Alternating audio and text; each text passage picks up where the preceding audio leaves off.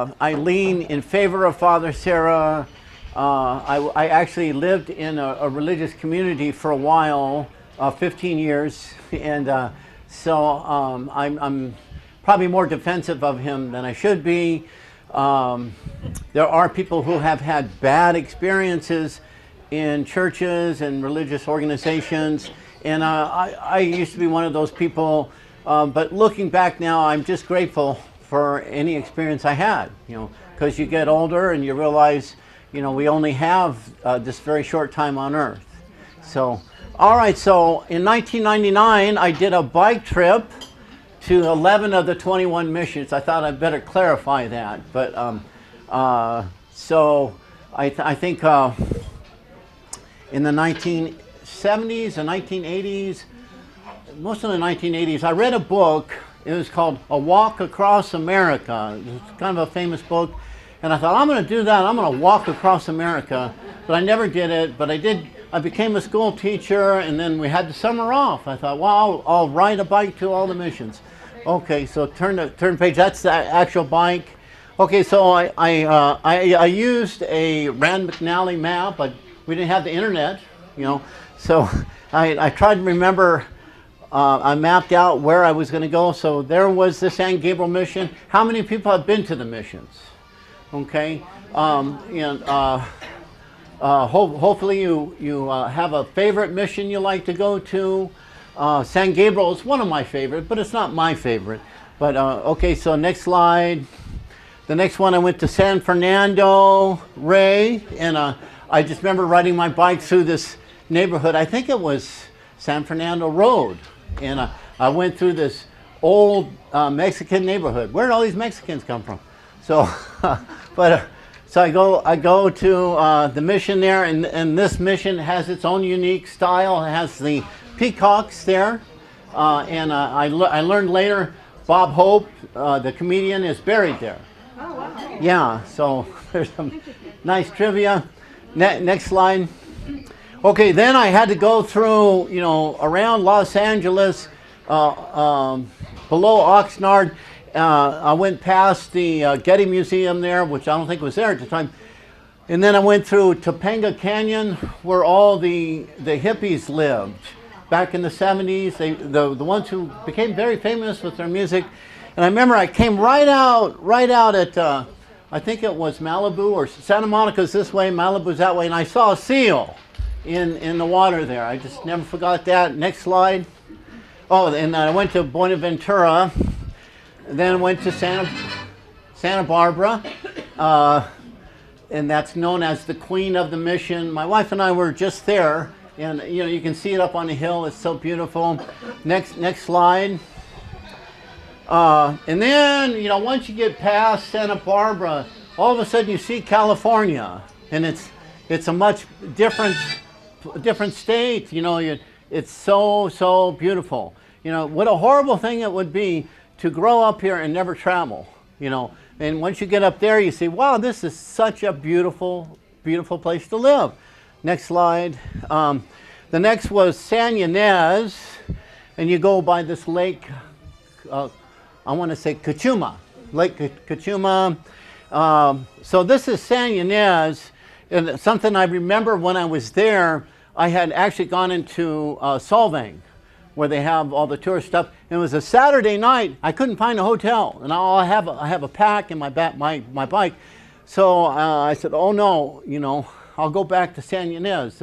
I saw an old hotel there, and while I was at this old hotel, there was a guy in the hotel lobby. He looked kind of shabby, and he was arguing with the guy behind the counter. And he said, Michael Jackson, call Michael Jackson. He will pay my bill. And I was like, the guy looked at me and said, are you with him? I said, no, I'm not with him. But later I realized the Neverland Ranch was right behind there. That's where Michael Jackson lived. So maybe he did know Michael Jackson. I don't know. So next slide. Now this is La Purísima. Now this mission has been totally restored, and actually they moved it, and it's full of docents. And if you go there, there's all sorts of people in costume, and they're doing activities. And I remember when I was there, this guy made soap. Oh, I have lots of stuff from the missions. So I do have some soap here, if you want to look at it. But one of the products of the missions was soap and candles. So I saw this guy, he boiled fat, and then he added lye, and then he poured it into a mold. And wow, he made soap. And I was a first-year school teacher. So when I go back, I'm going to teach the kids how to make soap. So, so I'm in a classroom in Boynton Park, and I'm boiling up, hot grease and fat, and there's little fourth graders running around. Be careful, be careful. And then I get this stuff, it's called lye, and it said, very corrosive, don't touch it. So I pour it in there, and I'm like, wow, this is dangerous. And I pour it in the mold. And then, the classroom's full, and I'm an idealistic teacher. And I look on the ceiling, and there was a layer of red smoke up on the ceiling. And so I said, hey, kids, let's all go outside.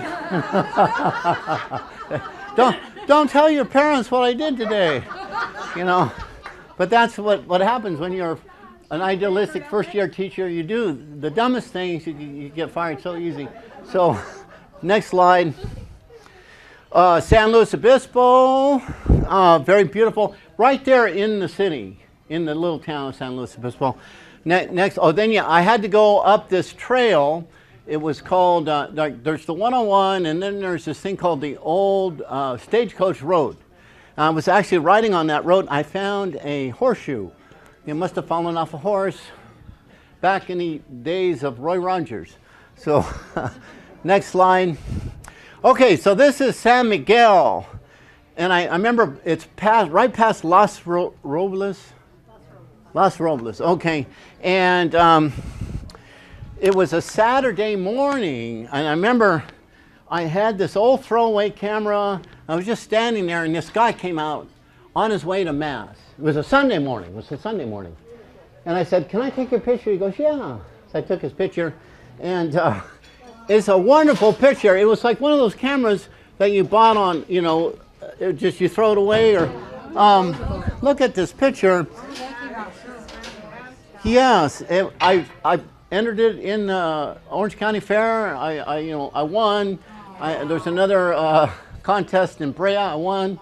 But anyway, it's such a wonderful picture. I looked up on a website and I found him. But there's a bunch of Franciscans who are there, and he was Italian. But I'm sure he's with the Lord by now. So, okay, so anyway. Oh, yeah, you can take a picture later. So anyway, next slide. So this is San Antonio. I actually did a newspaper article for a Boynton Park newspaper, and they published it. And there's a picture of me. This is the site of the first wedding in California ever, right there. That's San Antonio. One of the wonderful things about the San Antonio mission, it's on an army base, and this was right after, I think. Well, anyway, I had to go through a gate to get in. I had to have clearance. But if you're standing like even half a mile from the mission, and you're looking at it, there's no electric wires. Everything you see is probably the same thing you would see 300 years ago. It's just this beautiful old mission there. Next slide. Okay, now this is Soledad, La Purísima, Our Lady of Sorrows. Anyway, I was writing, and this mission, I found out later, it's the 13th mission, the 13th that was built. It's known as the Bad Luck Mission. It washed away 2 or 3 times, was flooded. Anyway, it's out in the middle of nothing. It's out in farmland. So I was out there, and it was the end of the day. I was exhausted. I was walking around the mission, and I went into this chapel, and I look up, and they have Mary up on the altar, and she's like a doll, and she's wearing black. I was so dehydrated, she started talking to me. And I never forget that. So next slide. So the next slide, I actually rode 100 miles from there. That day I had ridden 100 miles because I think Mary told me don't stay in Gonzales, go all the way to Santa Maria. Anyway, I got to Monterey, and Father Serra is buried in the floor there. And so my wife and I were just there, and that just such an amazing thing to be at the grave of Father Serra. So it's a very, Monterey is the most beautiful mission. It's undeniable. There's so many things there. It's so big. It's so beautiful. So anyway, next slide. Now we want to talk about Father Serra. So I taught fourth grade. We actually had a good program there for history in the school district that I went to, that I worked at.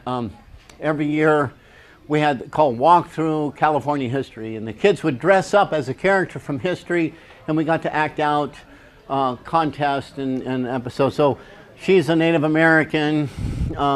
Next slide. So a lot of what I'm sharing today I got from this book. The book is about Junipero Serra, and I've been studying more about Serra in the Native Americans. So here's a book I found at San Gabriel last week. It's all about Serra. I can't wait to read it. So I actually, there's so much more I can't share with you because I don't know it. This is a book about the Native Americans who lived right here. They're known as the Tungva, and I'm going to talk about them more later on. So next slide. So the life and legacy of Father Junipero Serra and the California missions. Next slide. Okay, so who is Father Serra? Some say a destructive imperialist, colonizer who brought slavery, disease, conquest, genocide to the Native Americans. Others say he was a pioneer who brought education, civilization, salvation to the indigenous people. It is my intent to present to you the facts, and then we can talk about it. Next slide. So there were about 10 years ago, there was a lot of controversy about Father Serra because he was up for sainthood, and so there were a lot of demonstrations, people doing horrible things. Next slide. So here they knocked down his statue. This one they covered in blood and they pulled it down, and no sainthood for Serra, and I think she's a Native American. Next slide. Someone burnt San Gabriel Mission. Do you remember that? Anybody remember that? They caught the guy. He said he was mentally ill, but I'm sure he was responding to something. So they caught the roof on fire, but all the stuff supposedly that was inside the chapel was out because they were doing some maintenance or something. So they have said that everything was preserved, and it's reopened now. So, but I was there at the mission. I was only there for 10 minutes because they were closing. Next slide. So he's known as the Apostle of California. And I was thinking about this yesterday. I wonder, does Nevada have an apostle? Does Oregon have an apostle? Probably not, But, we got an apostle. If they do have an apostle, are they as great as Father Serra?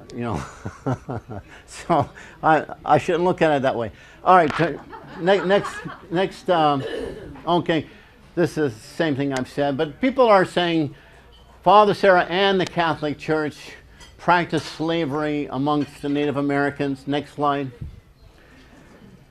Okay, what is slavery? Slavery is the ownership of a person property as property, especially in regard to their labor. Genocide is the partial or total destruction of human group committed intentionally. Okay, so I want to, after we go through the slideshow, I want to ask you if you think he's guilty of these things. Next slide. Okay, I was the first Catholic priest to establish missions along the California coast in the late 1700s. Recently I learned that he actually had a mission in Baja California before he came here, and there's a whole string of missions down there.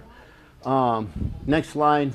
Oh, now you notice, okay, here's this picture. There's two priests. Then you got the Spanish conquistadors, and they have these long sticks there. I work in a hospital, and I have a patient, and he was very knowledgeable about these guys. He said his ancestors were one of them. One of them actually was one of them. And he said they're very mean, and if the Native Americans weren't in line, they better get in line. They're going to use that stick against them. So, next slide. Okay, today there's 21 missions. Has anyone been to all of them? Wow. I haven't been to any past Monterey. Okay, next slide. 250 years, historians have credited him who brought civilization to an untamed land. Next slide. Next slide. Okay, so he's from Mallorca, Spain. It's an island off the other side of Spain there. Next slide. Okay, as a young child, I was raised under strict discipline of my father and spent majority of my waking hours among the Franciscans, who were in charge of my education. My bond amongst the Franciscans was greater than my real family. And so I got that from that book I showed you, that he felt more, his family was more amongst the Franciscans than he was at home. Okay, so a psychologist might say this is why he was a priest, because he had such a horrible relationship with his parents. You know, and maybe it wasn't so much he had a vision from God, he was trying to get away from that over there. Next slide. Okay, now he was a Franciscan. So I've always had a very a good impression of the Franciscans. But that a guy I was telling you about with the Spanish, he said the Franciscans worked with the Spanish Inquisition. Did anyone ever hear that before? That they weren't very, very nice guys. But anyway, well, who are the Franciscans? They're a group within the Catholic Church. St. Francis was a reformer in the Catholic Church. I think he saw corruption. He saw things that were wrong, and he decided to start a new order. And in Matthew 10:9, it says, "Do not take any gold, silver, or copper in your belts." He said, "Yeah, there's no. The Franciscans have a vow of poverty. They have no private property. You know, they're not in it for the money." And that's you know, how many Protestant ministers have you met? Boy, that guy's got a nice car, he's got a nice house, and all he talks about is money. So anyway, I thought this is a very admirable thing. Next slide. Okay, at 16 years old, he enters the Franciscan order in Palma. I am given the name Junipero, who was a companion of St. Francis. I renounced private property, embraced suffering, and vowed to remain celibate. I would study logic, metaphysics, cosmology, theology. In 1537, I became a priest. Next slide. Okay, my original name was Miguel Joseph Serra, but when I became a Franciscan, I chose a new name. I chose Junipero after the companion of St. Francis, and I was filled with drive and determination for the gospel. I am very serious, not given to frivolity. Next slide. Okay, I spend much time learning about the missionaries in New Spain. These men have given their lives and become saints. They did this by converting thousands of Indians to the Catholic Church. One in particular was St. Francis Solano of Peru. So he's reading about these missionaries in the new land, and they're bringing thousands of people into the church, and he wants to do that too. Okay, turn the page. Next slide. I was considered intellectually brilliant by my peers and was guaranteed a career in Spain, but I longed to become a missionary and bring the Holy Gospel to the pagan lands in the New World. So again, a psychologist might, or you know, a human being might say this is an ego trip. You know, he wants to do all these great things for himself, or maybe he really does want to understand and learn about God. You know, it's one of the things we don't know for sure. Next page. Now, this is interesting. Between 1400s and 1700s, Spain is the first in the Americas in colonial expansion. Okay, so who is this here? Is Columbus. This is Magellan, and this is Cortez. Now, I work with lots of Filipino people, and they're almost all of them, except for this one guy I know, all of them are Catholic. They're all Catholic. Why? It's because Magellan baptized them all there in the Philippines, and that has carried out. So next slide. In 1749, I'm sent to New Spain, Mexico, to serve among the Indians, although I have been provided a horse to carry me. So he lands in this place called Veracruz. He says, I'm going to walk. Why? Because a Franciscan is not supposed to ride a horse when he can walk, I think. Why do you think Father Serra chooses the hard way to travel over the easier way? Why would he choose that? What? There you go. He's a horse takes money. Did Jesus have a horse? Oh, he did. he rode a donkey into, but that was just one time. All right. So anyway, he walks all the way to Mexico City, and a mosquito bites him, and he scratches it and scratches, gets infected, and that infection stays with him his whole life. Next slide. Okay, my traveling companion is a fellow Franciscan and historian, Francisco Palau. He describes my character as a man whose religion is everything. All his actions were governed with the ever-present and predominant idea that life is a brief probation, trembling between eternal perdition on one side and salvation on the other. This life was not his home. Not even a joke or jovial action is recorded of him. So, if you've ever been around religious people, and I've been around lots of religious people, and that there's always someone who's more religious than everybody else, and they might not be very comfortable to be around. And you don't want to mention to them, hey, I saw this movie. Oh, wait, better not tell them I saw that movie. You saw what movie? I saw it was a Walt Disney movie, you know, because you're going to get a sermon, you know. So anyway, would you like to hang out with someone like that? I don't know. Sometimes I would. Sometimes I might be kind of uncomfortable. All right, next slide. He is habitually serious. Laughter is inconsistent with the terrible responsibility of his probationary existence. Okay, do you think he was a workaholic?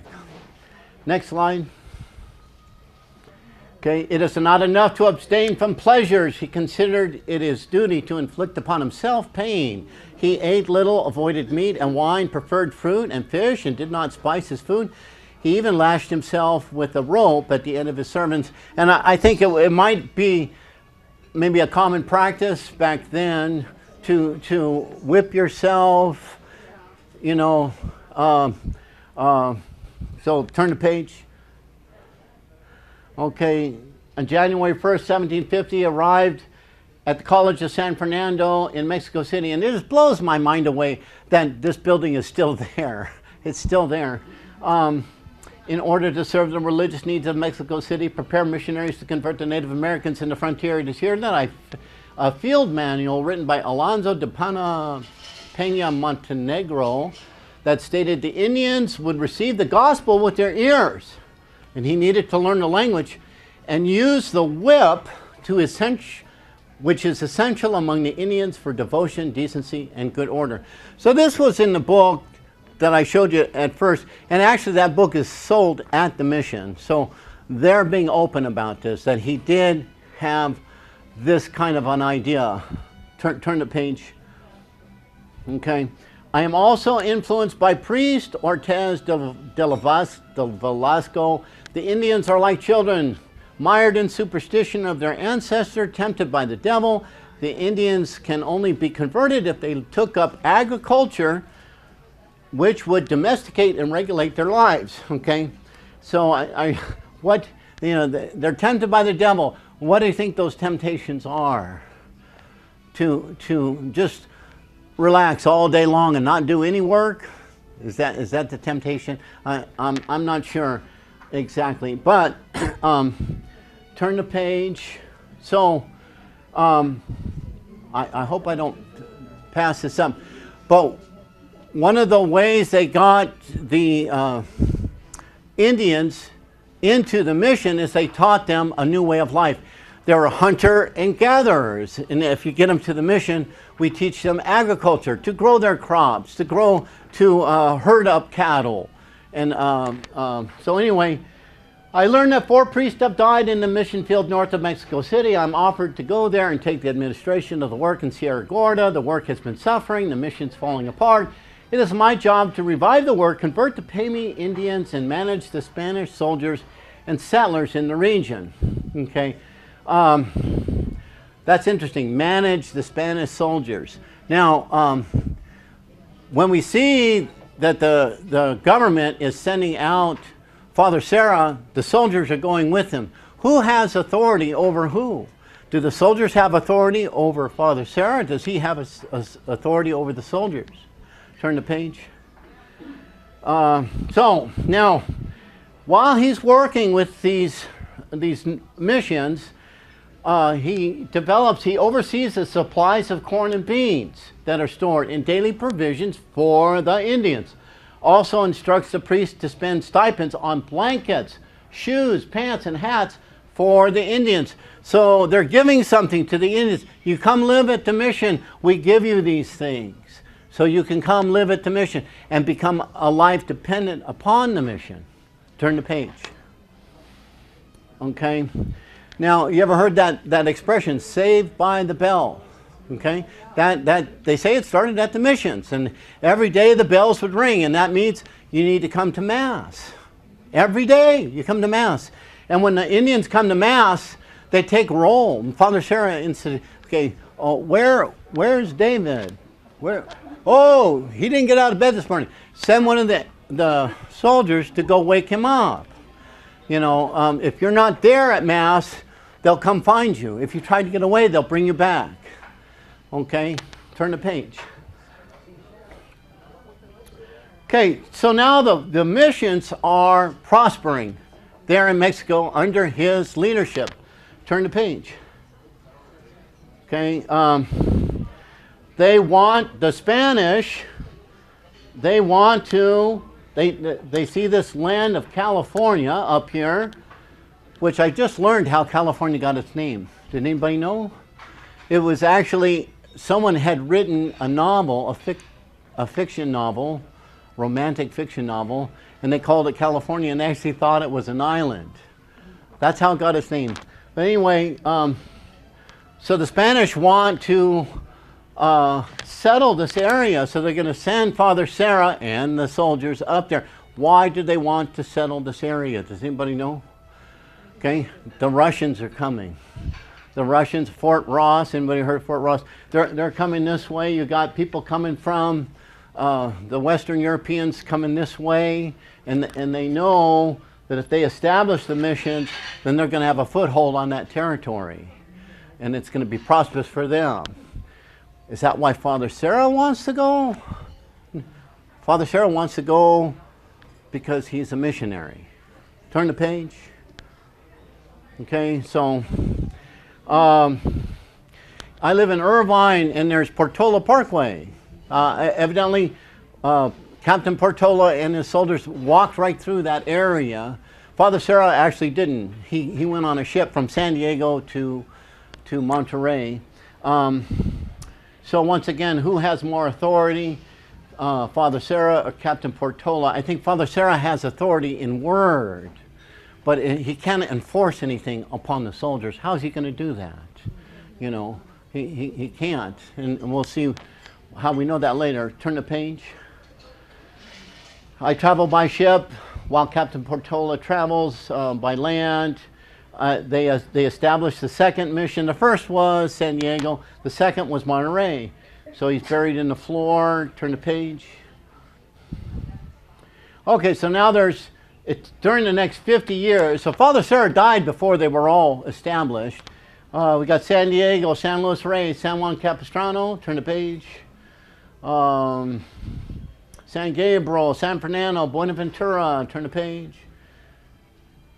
Santa Barbara, San Ynez, La Purísima, San Miguel. Turn the page. San Luis Obispo, San Antonio, La Nuestra Senora Soledad, that's the one where Mary was talking to me.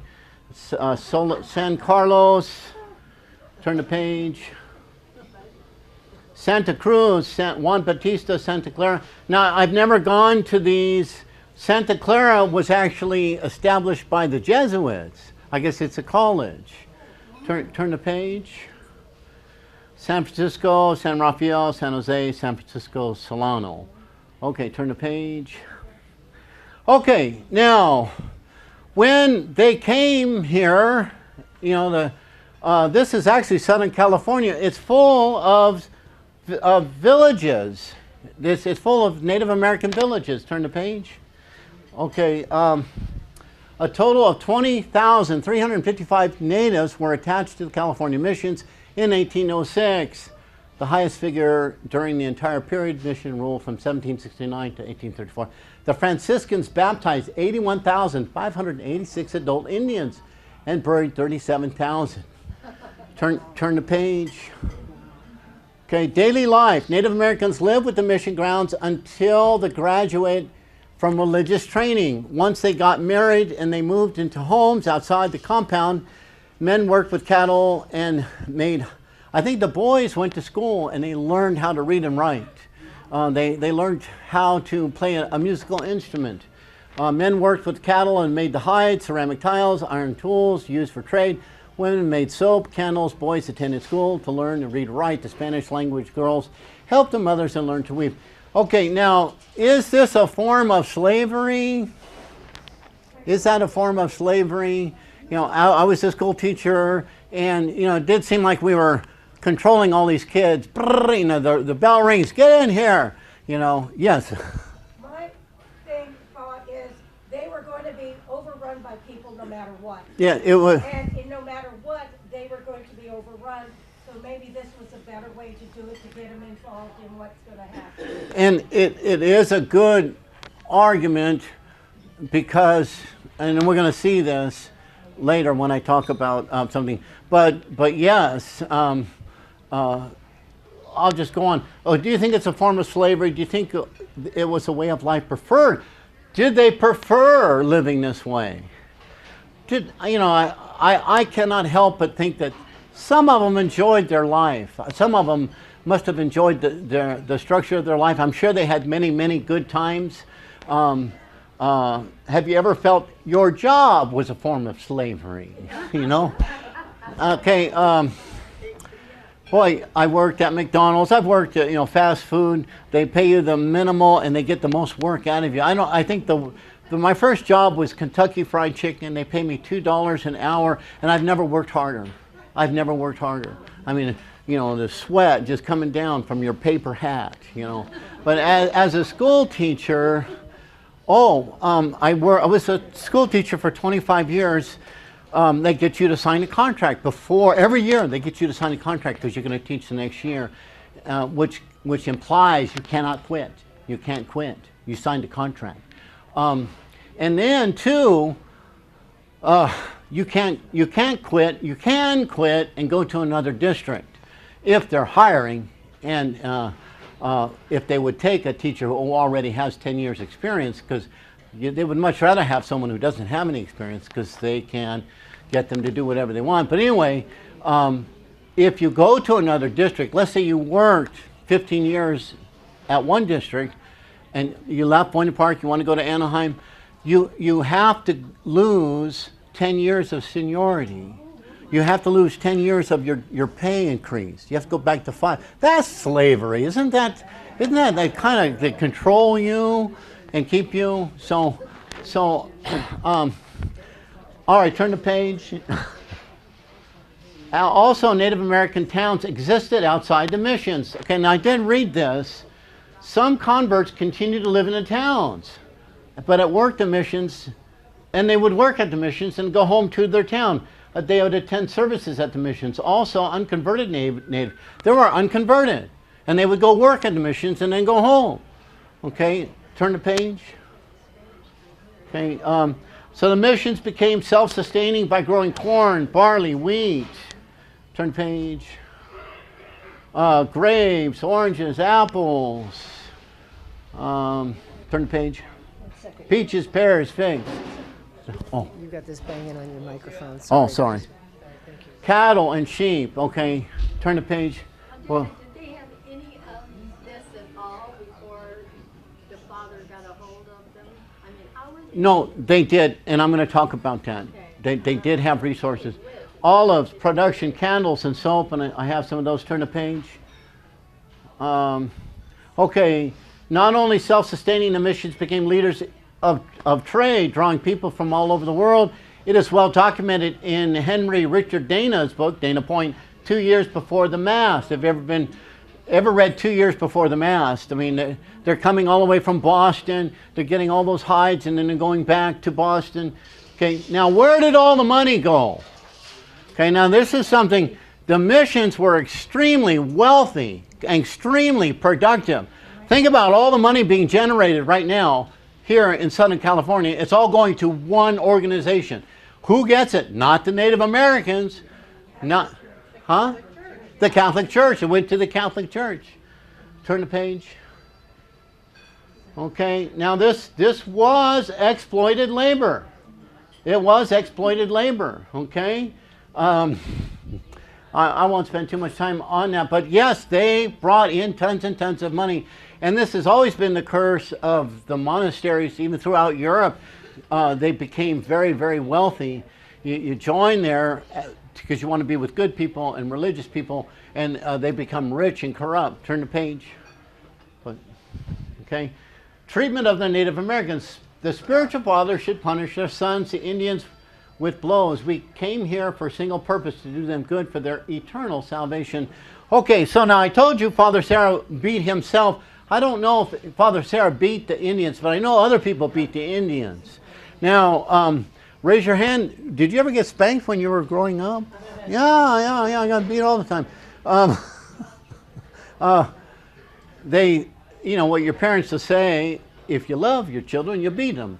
You know, and I'm sure Father Serra used the same thing. I love my children and I want them to grow up right, so I beat them. But he also beats himself, so he wouldn't do anything to a child or to a Native American that he wouldn't do to himself. That's his. Turn the page. Okay, now this is true. Okay, Father Serra led efforts. He had to go to Mexico City because he saw the Spanish soldiers abusing the Native Americans. They were abusing them. Sexual abuse, you know, physical abuse, murder, okay? And he went to Mexico City and he demanded that the laws of the Indies, which regulated Spanish practices when colonizing the New World, he said, they're not following the rules. So now you know who outruled who. Father Serra cannot control he can go and demand that the government hold them to the law. So the missions themselves may have just been a place where the Native Americans could find safety from the people on the outside of the mission. Turn the page. Okay, San Gabriel Mission was one of the wealthiest, so I talked about that. Turn the page. Okay, 6,000 are buried there. Turn the page. Okay, so I hope I have enough time. I'll just let's run through this. Just go real quick. These are the first mission is San Diego. That's the sign language. San Diego. The next mission is Bomero. Turn the page. And the sign language is the opening of a book, because Father Serra's book there. Okay, just run through them. Just go as fast as you can. Go. That's San Antonio, San Gabriel, San Luis Obispo, San Francisco. Just go as fast as you can, because I don't want to. San Juan Capistrano is the bird, the swallows. Santa Clara, you graduate from college. Buenaventura, go fast, real fast. Valparaiso, Santa Cruz. How many in total did you say? 21. Okay, keep going real fast. How long did it take you? I just went to 8, and it took me 3 weeks. Yeah. So, I just want to make sure I have enough time. Okay, Father Serra's buried there. Now, I want you to see this. He died in 1784. Then the mission started in 1770. He died in 1784. He was only there 15 years. And the missions closed in 1833. Turn the page. So, after 1833, the Mexicans kicked out the Spanish. They took over the missions, and they got rid of the church, and they were going to secularize the missions, which means they just fell apart. They actually went in and took all the stuff, and they sold it. And then the land was supposed to go to the Native Americans. They were promised that you're going to have a piece of land, you have a farm for yourself, but they didn't get it. Turn the page. They became the ranchos. Turn the page. And it was actually given to people who were found favor. Okay, the missions returned to life. Abraham Lincoln gave the missions back to the Catholic Church, and there have been people going to church at the missions all this time. Many people trace their descendants to the missions. Turn the page. Okay. So, Father Serra is being brought up for sainthood. Some Native Americans say, no sainthood for Father Serra. Others say, yes, this man here, he was actually a Native American. His name is Jim Niblas, Catholic priest and leader of the Juanino tribe. He supported Father Serra's canonization. Turn the page. Okay, so there was 3 miracles that Father Serra, it was confirmed that they were done through people praying to him, and healing of a dying woman, restoration of a child's health, protection during a storm. And you say, you can't prove that he did those things, or those miracles happened, and I would say you can't prove that they didn't happen. Turn the page. The mission started in 1770. They were abandoned by 1833. So, Father Serra died 15 years after they started. So turn the page. Okay. Beatification started in 1988. He was canonized by the Pope Francis, September 23rd, 2015. Turn the page. And so now I have prayer cards. You can have one if you want. I want to show the next slide. Okay, how do I? Sorry. Uh-oh. Okay. I want to get out of here.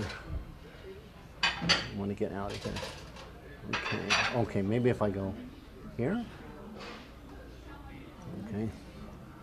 Okay, could you move? Sorry.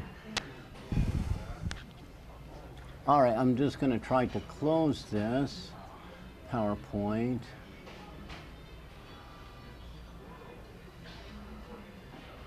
No, not going to work. Okay. Close window. Okay, now I go back in here, and this is, okay, slideshow, play from the start. Okay, now Pam, come back. Oh, can you make it mirror?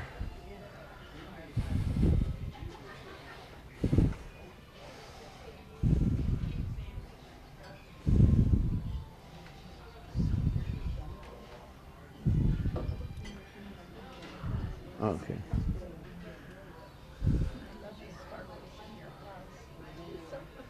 Okay. Now, if you go to slideshow and hit start from the start. Okay. Oh, continue. All right, so now before Father Serra came, there were Native Americans here from 13,000 BC to the point that he came. So turn the page. Okay, so I have a map here of all the tribes. There's 100 tribes of Native Americans here. Okay, so the group that lived here were the Tongva. Turn the page. Now, you've heard these words: Topanga, Malibu, Tunga, Tuhanga, Coanga, Cucamonga, Pacoima, Azusa. Those are all Tongva names. They were villages at one time. Turn the page. Yeah, the Tongva used natural resources for all their needs. So we were hiking somewhere yet, and I saw these reeds. And they would use them to build their shelters. Turn the page. So there's a shelter that they might have lived in, something like that. Turn the page. And there's places you can go. So this whole area is all of these villages. And the villages have 50 to 500 people in them. Turn the page. Each village had a chief. And they would settle the differences. People getting in fights with each other. Turn the page. Boats are made from wood plank and able to travel. So they travel to the islands. They travel up and down the coast. Turn the page. The fish, shellfish, acorns, berries, plants provided for food. Turn the page. Daily life requires 3 to 5 hours of work, and the rest of the time is used for socialization. Wouldn't that be wonderful? Turn the page. Okay, now here's the connection between all the villages, and there's people, they're connected to each other. Okay, turn the page. And the trade goes as far as the Midwest. You know, what are they trading? Well, what do we have to trade out here? Well, we got shells, we got abalone, whatever the natural resources provide, that's what's traded to the other people who don't have any. Turn the page. Okay. The Spanish bring diseases. They have acquired by thousands of years of animal domestication. So when the Spanish came, they've been having like pig farms and cattle farms for thousands of years. All those diseases are being fought off in their bodies. They have an immunity to them. But when they come to the Native Americans, they get the diseases and they die. Okay, turn the page. Native Americans have no resistance. More than half die. Yeah, turn the page.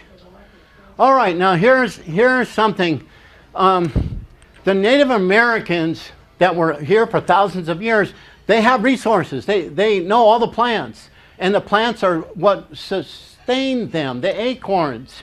Well, when the Spanish come, they also bring thousands and thousands of cattle, and they're not fenced in. And they just trample all the plants. They eat up all the plants. They eat up all the resources that the Native Americans would have used. What do they have? Go live at the mission now, because we have no other place to live. Or we have to go somewhere else, way off in the mountains somewhere. Turn the page. The Spanish missionaries bring converts into the mission, separating them from their families. Okay, now this is a criticism. So you live with this family, but you converted, so now we don't want you around your family because they're going to try to get you not to be converted. Turn the page. They're the ones who built the missions. Turn the page. Converts. Okay, now I read about this. So you're up at Monterey and you get homesick. I want to go to my village 10 miles away. And you keep doing that. Well, you know what? The brothers and I were praying, I think you need to go down to San Diego. They need someone like you down there. So they would separate them. Turn the page. Okay. They discourage and prevent from leaving the missions. Turn the page. The children are taught to reject their culture, adopt and learn a new language and culture. Turn the page. The secularization takes place in the Spanish missions. Okay, so the missions just fall apart, and it blows my mind. Look at this, is Monterey. And Father Serra is actually buried in there under the floor. Turn the page. Okay, now the Gabrielino, the Tongva.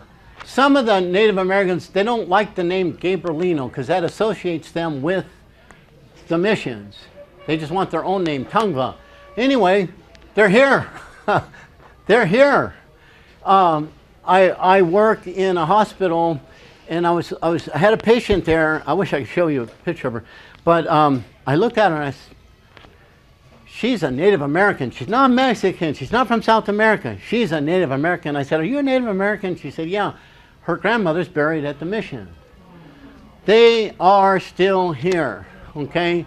Now, growing up here, and we watch television, there is this idea that, oh, they're all gone.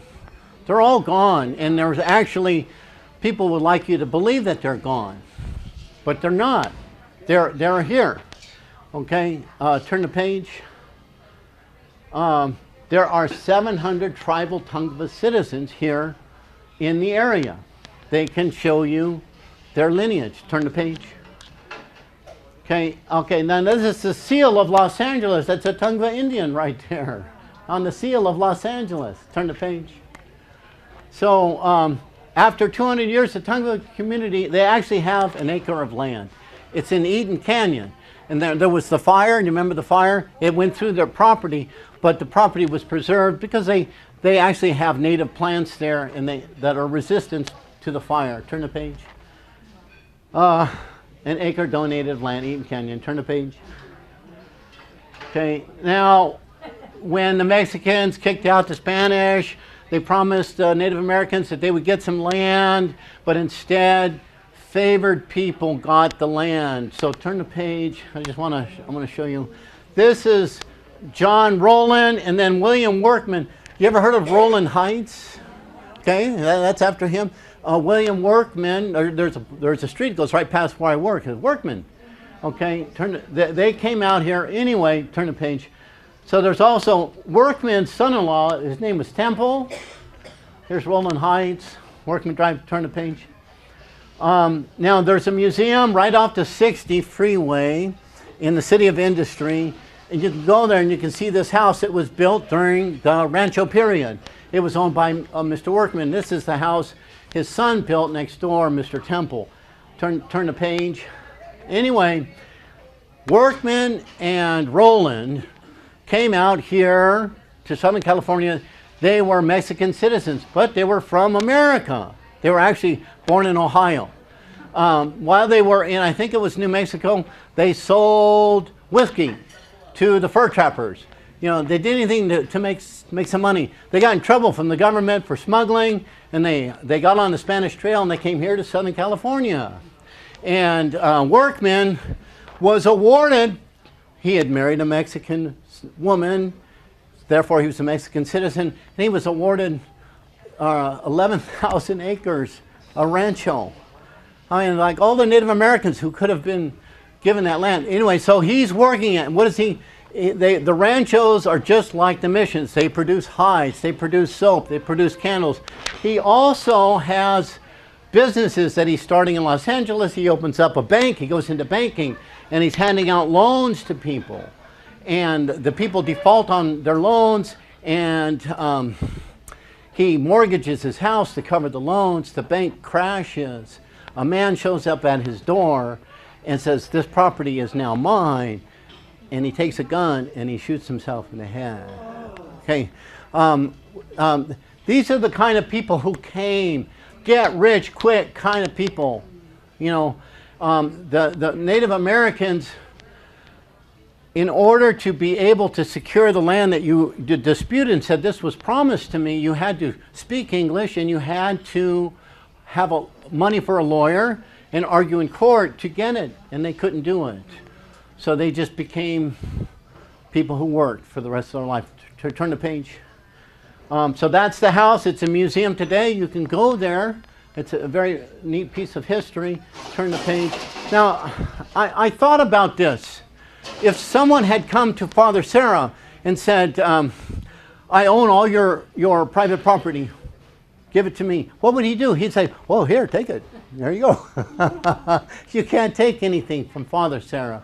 What did he invest in? He invested in his religion. He invested in his relationships. He invested in the good of other people. Okay? So that's a lesson we can learn.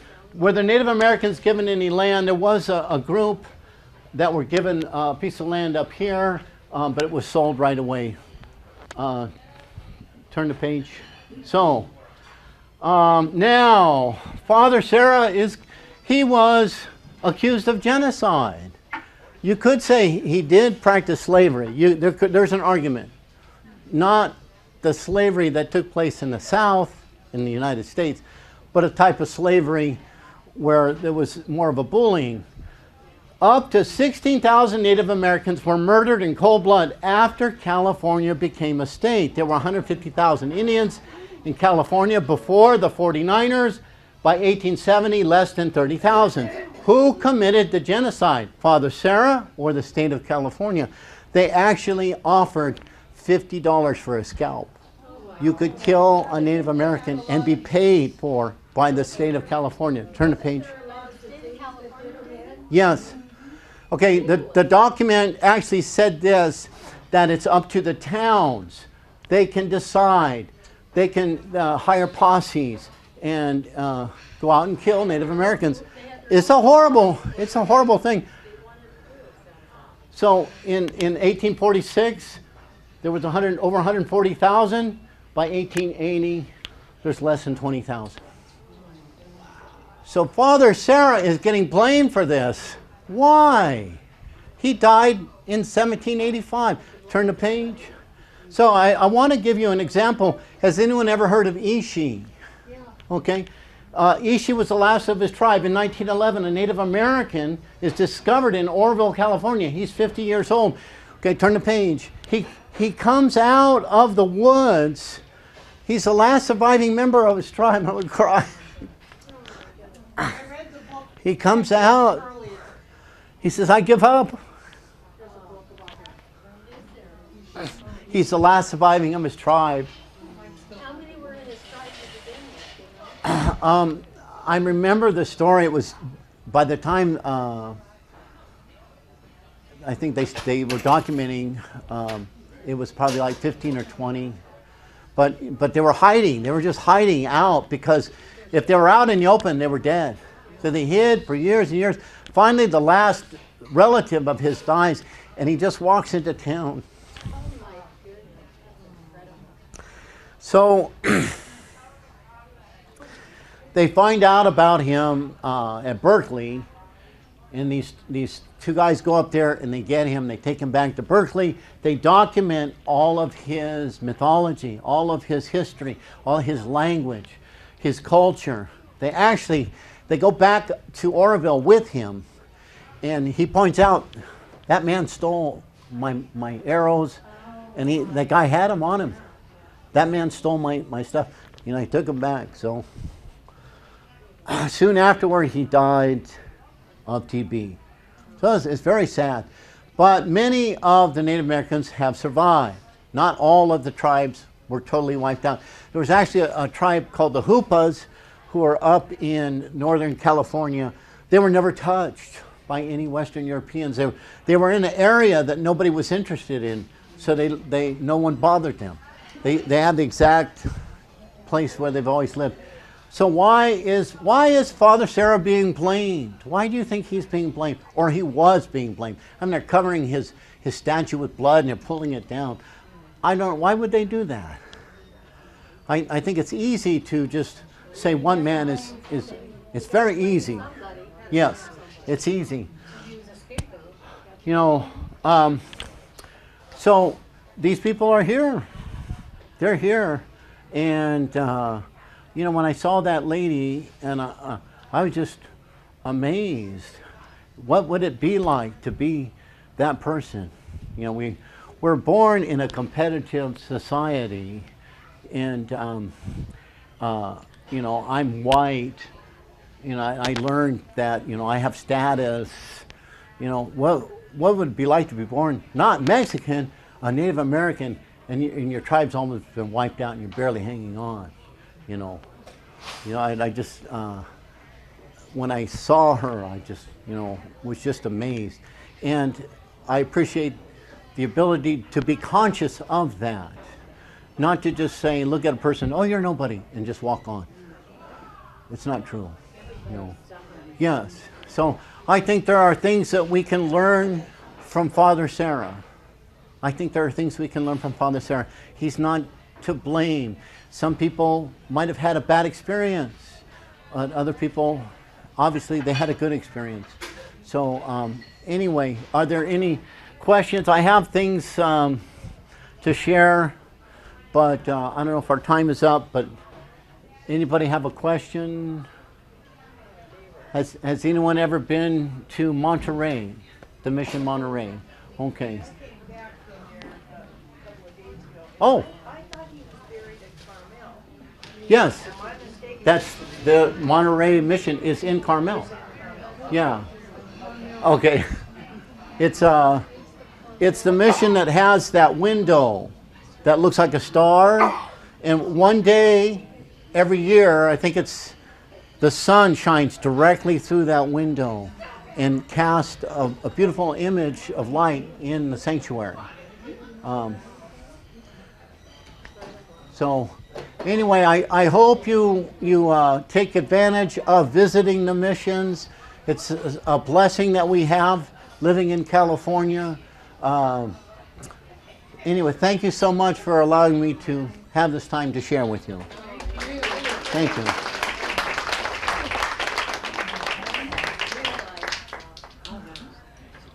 David, we'd love to have a prayer card. Oh, yes. Do you have enough? Yes, I don't have enough. let me here is, it's in Spanish. Anyone read Spanish? So, Sí, señor. here is, I think it's a postcard of Father Serra. I think the ladies that would be interested, please. Oh, Raise your hand and we'll give you one. this is a picture As much as we have. So of Mary, and it's at the altar in the old chapel at San Gabriel.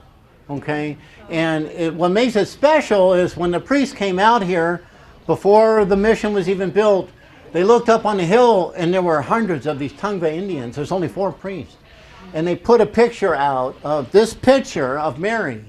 And the Native Americans came up to it and they took their necklaces off and put it next to. And they really responded to that picture. And the picture is there up on the altar. If you go there today, you can see it up there. Okay, I have St. Francis cards. If you want to take one or just pass them down. Here's one, Fulton Sheen. But I was actually, here's one of Junipero, Serra. I got so excited I left the mission without buying the ones I wanted to. Let's see. This is a real famous painting of the San Gabriel mission. It actually has a Tongva shelter next to it. And then you see behind there's nothing else but the mission. There was a famous, I'll let you pass around. There's a famous mountain man. He was the first mountain man to come. He was up on the San Gabriel Mountains and he looked down in the valley and he saw the mission down there. And he's the mountain man, I got to think of his name. Anyway, he went down to the mission and they said, "Where did you come from?" Well, I came from the east. You know, he was the first person to ever come from the east side of the mission. They put him in jail. But evidently he got out later, and I can't think of his name. All the mountain men have these legends about him. Now, what language? How did Father communicate with those Indians? That's a great story. Last week I was at the mission and I found this book, and it's a really in-depth book on Father Serra, and I'm sure that answer is in here somewhere. But because that alone is yes. to get your point across. I mean, whether or not they believe in God or not, that would be an obstacle. It is an obstacle because it's so totally. Well, if you can say Cucamonga, you can speak Tongva, you know. Cucamonga, Sepulveda, Azusa, these are Tongva names. Oh, I didn't mention this. The Tongva believed that they didn't migrate here. They believed they came up out of the ground. And the place they came up out of the ground is at Cal State Long Beach. There's a piece of ground there. They said that's where we came out of the ground, and they argue that's our sacred ground. Don't mess around with it. So, yes. Oh, I looked it up. The people on the campus are using it to store different piles of soil and stuff. So I don't think they appreciate that. Thank you so much. Okay. Well, thank you very much.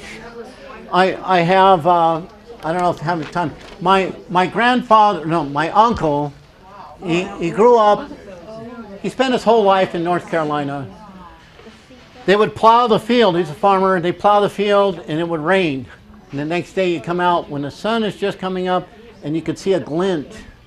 And he could recognize a arrowhead. So when I used to go visit him, Pam and I would visit, and I would tell him, I said, you should give those arrowheads to me. You should give them to me. And when he died, he gave me these. Yeah. So anyone's welcome to look at them. But to think about it, they're 3,000 to 10,000 years old. So 10,000 years ago, a Native American held that in his hand. Isn't that amazing? Yeah. Yeah. So. What are they making out of? Rock? Yeah. There's different types of rocks. They would use the rocks in their area, and one of the arrowheads they found didn't come from that area. They knew that rock came from a different area. So someone was traveling, and he dropped it by accident or something. And, think about that. The Tungva were here for thousands and thousands of years. What did they do to the environment? They left some holes where they grinded their acorns. They put some paintings in caves. That's it. They didn't do anything to their environment. We've only been here 400 years, 300 years. Look what we've done to the environment. So, all right. Well, thank you very much. So, I was telling, I have a show that I do about Mr. Rogers.